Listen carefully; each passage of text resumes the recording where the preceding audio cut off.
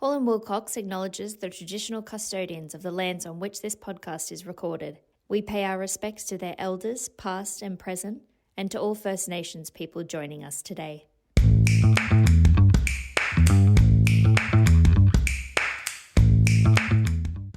Hello, everyone, and welcome back to our Smarter Lawcast series, Tax Records. Today, we'll be looking at gifts of money received from overseas relatives and the Australian tax issues that can arise when those payments are said to be gifts. My name is Sophia Wang, and I'm a lawyer in the tax team here at Hall & Wilcox. Today, I'm joined by my colleague and partner, Frank Porras. Frank advises on complex tax disputes and cross-border tax issues. In the previous episode, we discussed R&D tax incentives. Today, we'll be talking about when money received from overseas family members is genuinely a gift, when it may not be, and what matters if the ATO starts asking questions. Welcome, Frank. Thank you for that introduction, Sophia, and great to be doing this podcast with you. And you're making your debut in podcasting. Very happy to be working with you on this. Thank you so much. Thank you, Frank. So this is one of those topics that sounds simple at first glance. People often think it's just the money from family, so surely that can't be a tax issue. Why is this an area worth talking about? You are right. It does sound simple, but in practice, it can become contentious and can become something that the ATO decides to take a look at. And it is something, as very well, that we see come up in our practice quite a lot. So the issue is not necessarily the transfer of money as a gift from between family members. It's more so how that amount is characterised and what evidence exists to prove that it is actually a gift. Where the ATO comes into it and what they might be concerned about is that a person receives a lot of money in their bank account. It may be domestically or it may be from overseas, and that's something that you and I see a lot, Sophia. Yeah. And the ATO might decide to question it and say, is that amount truly a gift or is it actually something else? Is it an amount of income that the person has earned and they've not returned in their tax disclosure? Is it an amount that they're receiving for their interest in the disposal of an asset? Is it an amount that they're otherwise receiving contractually? And should it be properly accounted for as income? So that's what the ATO would be concerned about. When this happens, and the issue we see most of the time, Sophia, is where it happens cross-border. So family overseas are transferring funds to a family member who's in Australia. Again, it's typically the case that while these things can happen very often, can be very normal and regular in a family environment and sometimes in a cultural environment, that they're often informally done and not poorly documented. And if the questions like those that I talked about do come up from the tax office, the lack of records or the lack in the consistency of the message can become problematic. Thanks, Frank. So when will money received from overseas relatives be treated as a gift for Australian tax purposes? The answer to that, Sophia, is when it's actually a gift. And a genuine gift that a person receives from a family member or from anybody else won't be assessable income because it doesn't have the characteristics of income. It's not a reward for services provided or an entitlement that somebody has contractually or the proceeds from an asset. It is simply a gift from one family member to another family member for reasons of natural love and affection or to advance a family member in their life. Help them buy a house, help them support their education, help them establish themselves in Australia. It could be a whole bunch of reasons why somebody would make a gift to a family member in Australia. And like most things in tax, it doesn't really matter what you call it or what you label it. It matters what it actually is in substance. We, of course, say to our clients that family support provided for reasons of natural love and affection. We want to interrogate those facts pretty intensively and make sure that there are, for example, no employment relationship within the family context. There aren't services that are provided in return for the payment. It doesn't represent a distribution from a trust or some other element to it which may make it accessible as income in Australia.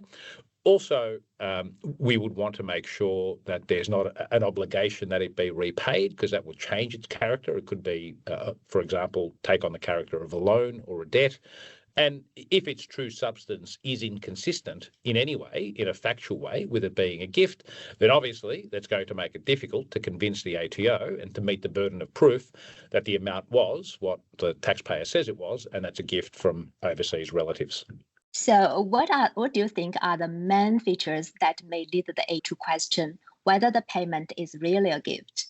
Sure. So there's always, Sophia, a couple of red flags that may cause the A to take an interest and to scrutinise payment received. Usually this would be the case, especially if the purpose of the transfer of money is to assist with a significant capital purchase in Australia, like a house, or to fund the business. But if it's a significant amount of money transferred, and especially if it's transferred to Australia from overseas, amounts that are transferred cross-border are often reported by banks and by others to AUSTRAC. So there's a flag that comes up that allows the A to detect significant material transfers of large amounts of money from overseas into Australia. That would be one thing, or one feature that could lead the ATO to question whether it's a gift, or even just to open up an investigation in the first place. If there's a degree of repetition, oftentimes when we think of a gift, it would be non-recurring. It might be a gift for your birthday, which happens once a year. It might be a gift for a one-off purchase, like a house purchase, etc. If it, however, has a repetitive character to it, if it's a monthly payment paid down, or if it's paid monthly or more periodically, that may give it more so the character of income. Other things that might be red flags, if there are unclear or inconsistent bank descriptions, if the explanation provided does not necessarily fit in with the recipient's financial position, if there's some sort of discrepancy between the financial position of the recipient and their family overseas. And oftentimes what we see is people might be asked questions from the ATO, by the ATO. They may give answers. Perhaps they give those answers because they're a little bit panicked or they're a little bit uninformed. And those answers are later contradicted, or inconsistent explanations might be given at a later time. That is the kind of thing that affects the credibility of the taxpayer and might cause the ATO to dig deeper into some of these things.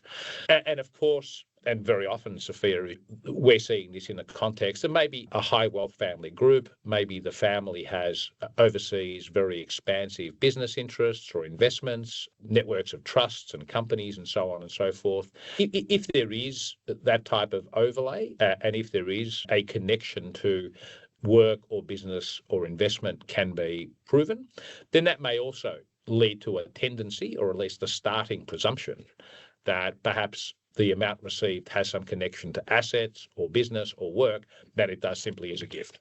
Yeah, thank you. So if the ATO does ask questions, what are they really trying to understand, and what records matter in practice? Sure. So I think, again, the short answer, Sophia, is what the ATO want to understand is who made the payment and why did they make it, and what was the origin of the money. Those are the three key points. So on the first point, who paid it, it's relevant to explain the relationship between the donor and the recipient. Very often we've talked on this podcast about it happening in a family context, parents to their children or siblings between each other and so on and so forth. But obviously, if it is a close family relationship, that may tend more to suggest that it is a gift for reasons of natural love and affection and to financially advance the position of the family member in their life. If it's not a family relationship, and we have had examples of this, for example, it might be people who had a commercial relationship as business partners or co-owners of a business, and that would, I think, make the burden of proof higher to show that it actually truly is a gift, because you take away that sort of natural family overlay to it. The reason why it was paid, again, looking at this as occurring in a family context, there may be a particular reason. Buying a house, setting up a business, establishing oneself in another country. I think it's always important to have proof that intention was actually carried out, that the money didn't just become part of a general pool of funds or whatever. But if you want to say that my parents overseas provided me with money so that I could buy a house in Australia or establish a business here. It would obviously be helpful if that actually happened, and it would be consistent with that statement of intention if that actually happened. And also, probably one of the more important points on this taxability question is the origin of the money. So, if it's a family gift, was the source of the money funds that were the parents' money personally? Were they extracted from a business structure like a company or a trust before they were gifted, and so on and so forth? So these sort of, being able to show the origin of the money is going to be very important. So you also asked me, Sophia, what sort of records might be relevant. And some of the things we're talking about are obviously might be difficult to prove in practice, proving an intention of just advancing a family member and so on. But at a very basic level, at least, you would want to have pretty clear and robust transfer remittance records relating to funds transfers. We very often recommend that a deed of gift be prepared to formalise a gift and to have it on the record and a contemporary record of people's intentions and reasons for doing it.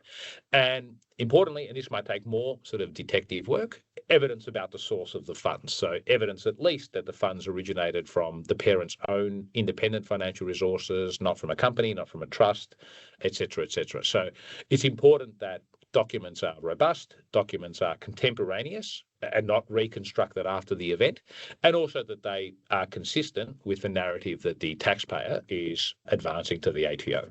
Frank, could you explain more on the deed of gift? What does it look like and how it would help? Sure. Thanks, Sophia.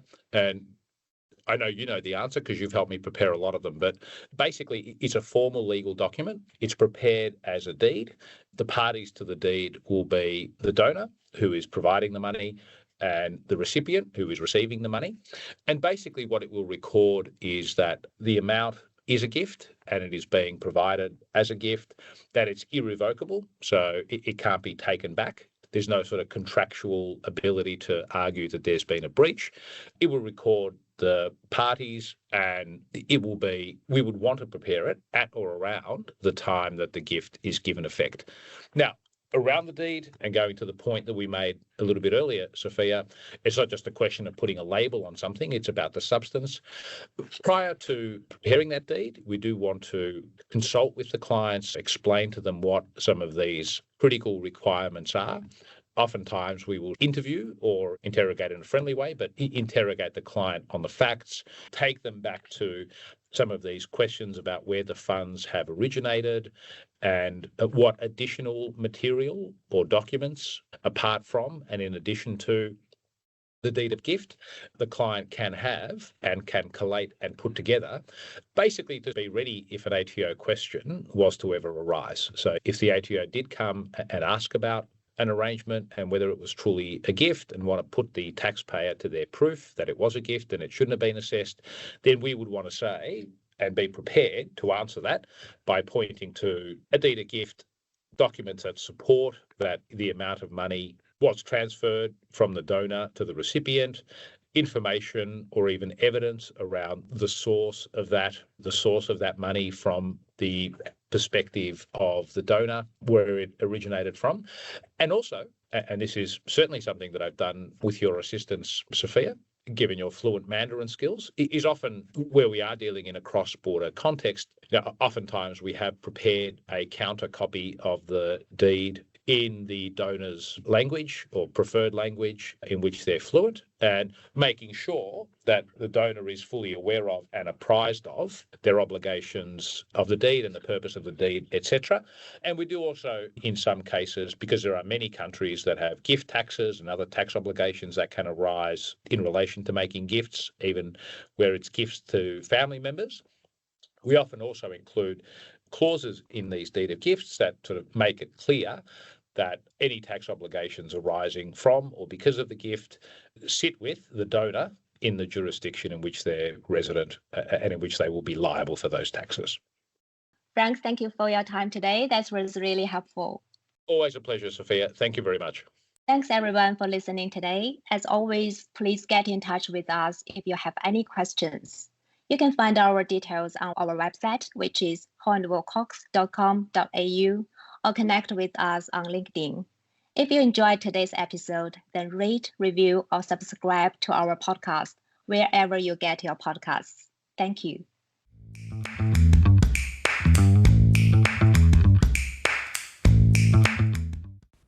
This podcast is not legal advice and should not be relied upon as such. You should always obtain legal advice about your specific circumstances.